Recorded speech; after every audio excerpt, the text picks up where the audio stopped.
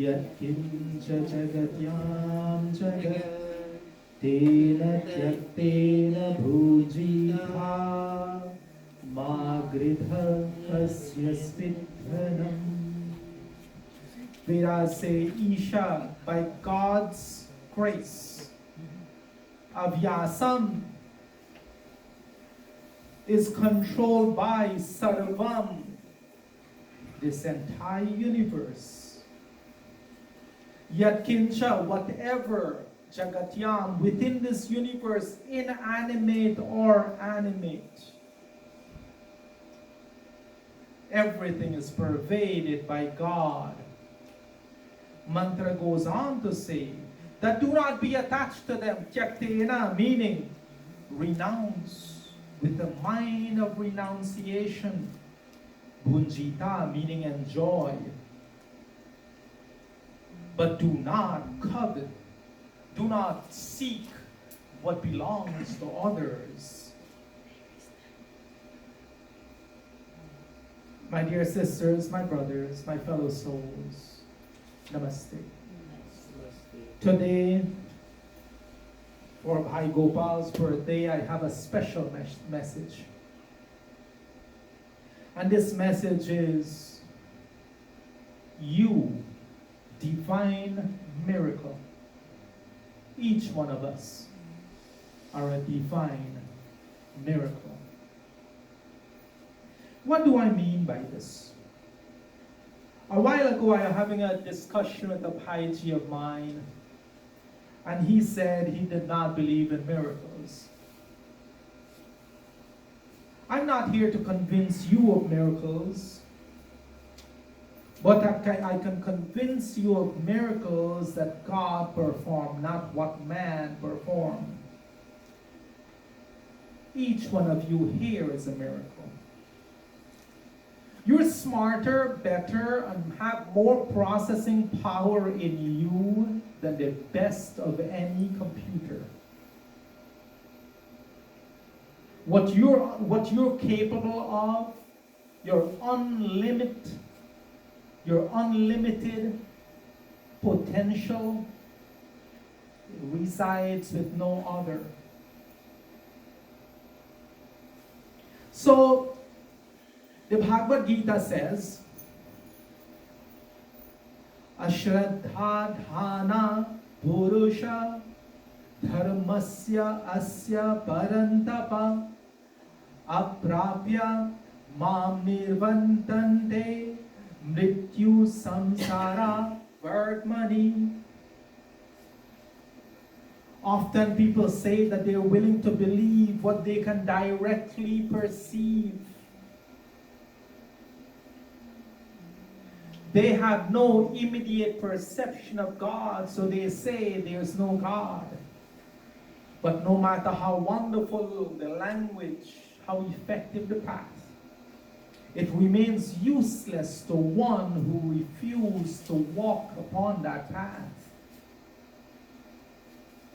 Ashraddhadhana, people who have no faith, dharmasya, in this dharma, Purusha, such persons are unable to attain that kind of knowledge, understanding. And they repeatedly, nivaratante, come back to this world in this cycle of birth and death. So,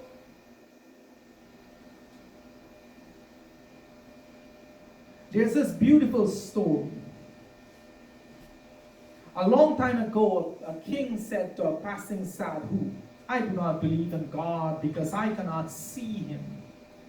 I'm sure you've heard variations of this story. The sadhu asked that, can I prove it to you? Can I help you think this through? And the king says, yes. So the sadhu asked for a cow to be brought to the king's court. The king obliged and ordered his servants to bring a cow. The sadhu then requested that they milk the cow. Again, the servants milked the cow. Then the sadhu said, O king, do you believe that this milk, freshly taken from the cow, contains butter? And the king says, yes, he had full faith that it did. The sadhu said, you cannot see the butter in the milk, so then why do you believe it's there? The king replied that we cannot see it because the butter is pervading the milk. It's in all of the milk. But there is a process for seeing it. If we convert the milk into yogurt and then churn the yogurt, the butter will become visible. The sadhu said, yes, just like that. Like the butter in milk, God is everywhere. We cannot immediately perceive him. We should not jump to the conclusion that there is no God. There's a process for perceiving God. If we are willing to have faith and to follow the process, then we will get a direct perception of God and become what they call God realized. So this brother of mine who said he did not believe in miracles, I asked him this question. I asked him, what's your favorite fruit? And he told me it's the watermelon. Then I told him, here, I'll give you a cup of dirt, I'll give you some water, and I'll give you sunlight. Go make me a watermelon. And he looked at me puzzled. But think about it. The miracle that we call a plant takes soil, takes water, and takes sunlight, and it makes a watermelon. Tell me that is not a miracle. Because there's no way, no how as of yet that man has come up with anything that can duplicate what the plant has done. So I'll ask you this. Did you ever happen to taste fertilizer? I think those that came from Guyana by mistake you did. You know what it tastes like? It's bitter. It's nasty. It is not something that you should eat because it's also poisonous for you. But here, a plant has taken all that bitterness, all that poisonousness, and converted it into purified water, fragrance, color, and sweetness. And we can think of it as not a miracle. In the Bhagavad Gita, Sri Krishna tells Arjuna about this creation which we are a part of. Saha yajna praja shristva pura uvacha prajapati anena prasavishyadvam ishava ashtvita kamaduk. In the beginning of creation, Prajapati Brahma created Shristva, created living things, living beings along with duties. Everything had its own function with direction on how to live our lives. And here Sri Krishna says that prosper in the performance of these yajnas, these sacrifices, for they shall bestow upon you all that you wish to achieve. This shloka explains that all of nature are integral parts of this beautiful universe which is created by God. All of this integral part of the system naturally draw from and gives back to the whole. Meaning that the universal energy that we speak of flows to and from everything. We may not see it, but we know that to be true. We see the sun, which gives stability to the earth and provides heat and light and the necessary things for life to exist. We have Prithvi Mata, this Mother Earth, who selflessly creates food from its soil for our nourishment, and also holds the essential minerals for our well-being. The air moves the life force in our body and enables transmission of sound energy, which is so integral in our existence. We humans too are an integral part of the entire system of God's creation. The air which we breathe, the air which we inhale, is the air which the trees and the plants exhale. The ground which we walk upon, the waters which we drink, the lights which lights up our days, and our nights, all gifts of that God's creation. And while we partake in these gifts to enjoy and sustain our own lives, we also have duties towards this divine integral system. And Sri Krishna says that we are obligated to participate with the creative force of nature by performing our own duties in this life. Generally, yajna refers to, we say, this is our yajna. In Bhagavad Gita, yajna includes all the prescribed actions laid down in the scriptures. And they're all done as an offering to that divine. And here we are. We live in a world in which at times this world seems to be so bitter and negative. And we allow this bitterness and this negativity to make us bitter and nasty in our behaviors and in our thoughts and in the things that we do. We criticize, we complain, we dislike, we condemn, and we let this bitterness eat away at this miracle until we are a shadow of our divine self. How can we let that happen? Why can't we learn from the miracle of nature to take all the bitterness, hate, and jealousy and all that which is poison around us and convert it into beautiful sweetness in our own lives? Make it into sweetness for society. Take the negativity in our lives and convert it into something that we go out there and make the lives of all the people better. We've all heard the analogy of the lotus flower which grows out of the mud, and the stinky mud sometimes, and rises tall in its splendor and its beauty. Out of this filthy mud and water comes that beauty. But we've heard all the excuses in our own lives. Some people believe that, we're born in the mud and that's where we shall stay. And no, God's divine plan does not have that for us. Out of that mud, out of that poverty, out of that discrepancy in our lives, out of that set of illnesses, out of all the family issues, out of all of these things, we should be able to grow and bring ourselves at a higher level every single day.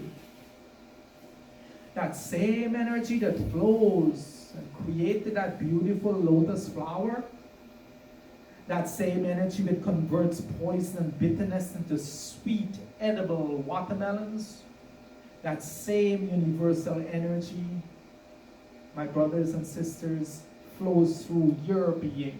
You call it prana, the life force that keeps you alive. Look at the tenderness, beauty, and fragrance of a rose.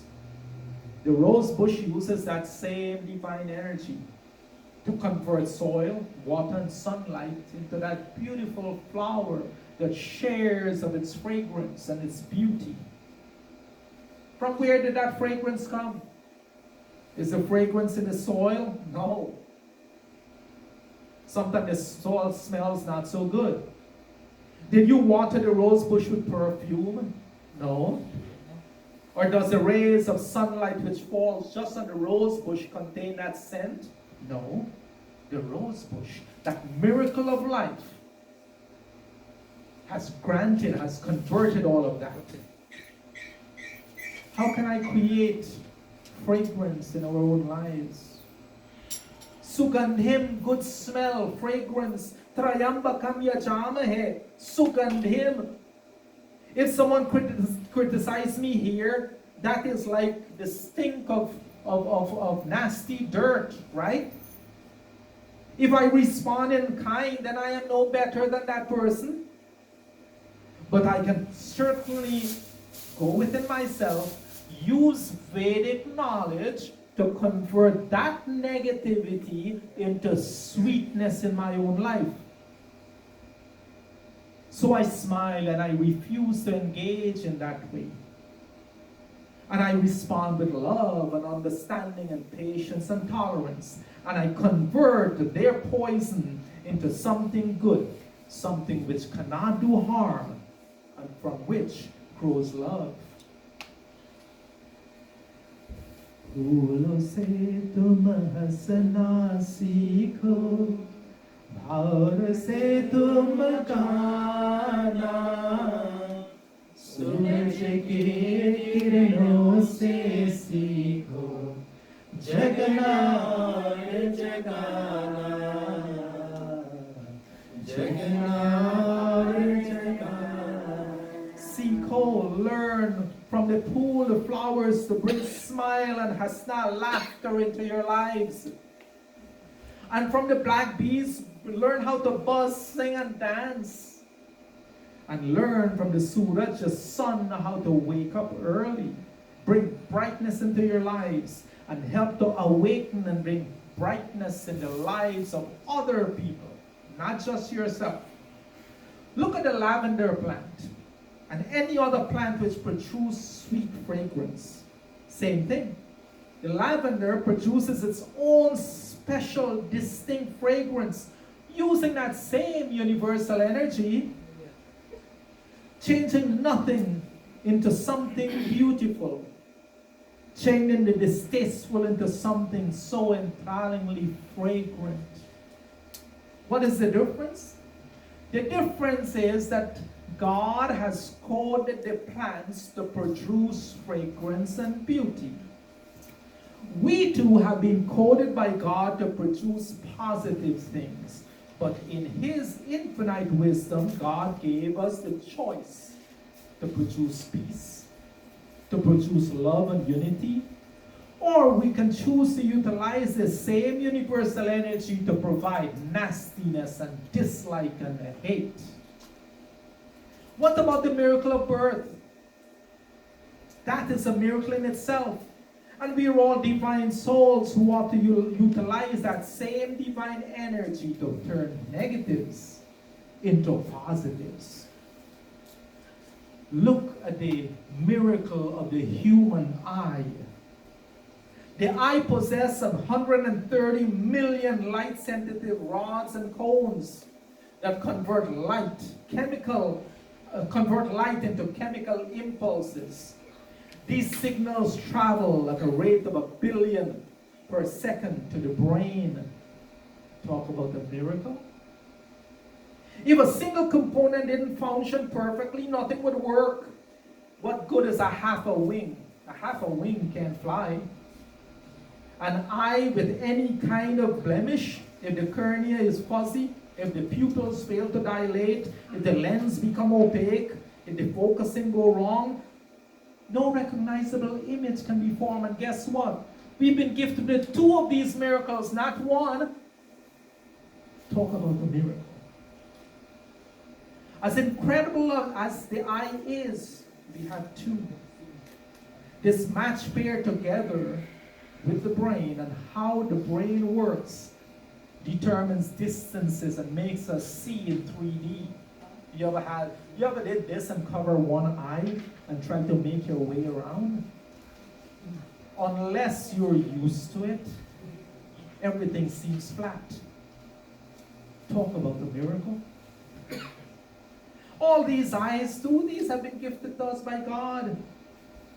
Kena Upanishad tells us about the same divine power through which the eye can see. Yet chakshusha na pashyati, yena chakshumshi pashyati, tadeva brahma tvam vidhi, nedam yaridam upasate. Who is not seen chakshusha with the eye, but by whose power the eye can see. That know him to be God. He who is worshipped by the eye is not God. So the things that we know that some people worship as God, that is not God.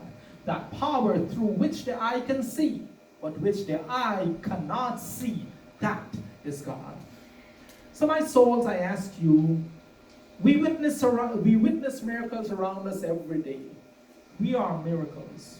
Yet we do not believe in change and how we can impact change in our own lives. we fail to believe and to believe in God's miracles. We have been coded for goodness in every cell of our being. We've been coded for greatness and for great things. We have been coded for divine behavior, divine thoughts, divine words, and divine deeds. We have faith and we believe in God and His miracles. We have to understand and believe in the unlimited potential which God has granted unto us. The miracle of being that which you only dreamed of being. Whatever you dream of you being, you can become that.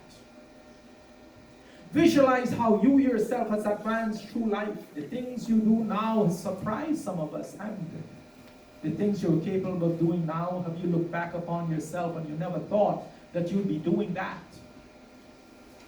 You do not have to tell your heart to keep beating. It is the same energy of the divine which does it for you without you being in the equation mentally. You do not have to follow a manual to tell you how to digest food. God takes care of that for you. Before you fall asleep, you do not have to remind yourself that, oh, I have to keep breathing, or to switch something off to automatic mode. God does that to you, for you. This is the presence of God in the form of this universal energy, which in us is that part of that universal prana, that prana in our own bodies. So those of you who do not believe, Chitananda Rupa Shivoham Shivoham, the ever pure blissful consciousness, I am that, the divine also resides within each and every one of you. Those of you who do not believe in this universal energy are close-minded. And they shall remain so until they have made a conscious decision to open their own minds. But for now, they will cover their own eyes and complain that they cannot see. My fellow souls, today I tell you this. Do not sell yourself short. Do not discredit your value. Do not stop believing that you're capable of great things. Dream your highest dream. They are your dream and no one else have to believe in your dream to make them true. Maximize the use of your priceless, valuable time to fulfill your own divine expectations, your divine purpose. For you too are a divine miracle. I'm sure many of you can relate to this experience. I'll share this with you. You go to the beach, and I do this, I know most of you do. You go to the beach, you walk along the water line, and you see all these beautiful shiny rocks, right, or shell. And you pick up this one that glints so beautifully in the sun, and you look at it and you show your family or friends. And you put it in your pocket, you take it home. And you take it home and you take it out of your pocket and it's no longer the same. It looks dull and dead. And it just does not look like that gleaming thing you had at the beach. What happened? What made it change? What made it look so alive and so beautiful at the beach? The kiss of the ocean, the glint of the sunlight and a wet rock. You have taken the rock out of its element. And out of its element, it's missing that which made it shine. My friends, what is missing is the beauty in our own lives, beauty in practicing dharma and universal love. That is what makes us shine. Do not let those go away from your life. Today I pray that we not just recite Vedic mantras, that we bring Vedic light into our lives by practicing what mantra teaches. This is why I try to, every time I do Havan, I'll explain 3 additional mantras, so that we understand what to take away, how to change how we think.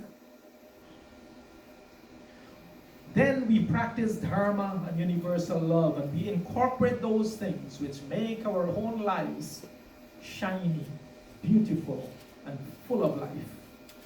I pray that each one of us dream big and reach high, that we ignore those who are of small minds and only seek to criticize, and we seek the company of those who would hold our hands in unconditional support on this journey of life.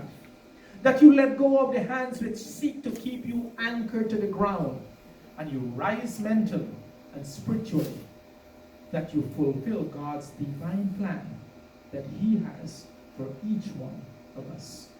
For each one of you, my brothers and sisters, you're also God's divine miracle. My soul, this is the way to true freedom of mind, the way to liberation, the way to moksha, and more importantly in this life, the way to freedom from suffering in this life. I thank you. This is our divine way, or a Vedic way. Thank you for being a kind, patient, and attentive audience. Om Purnamadaha Purnamidam Purnat Purnamudachyate Purnasya Purnamadaya Purnameva Vashishyate. With love and humility in my heart, I say namaste to each and every one of you. Om Shanti Shanti Shanti.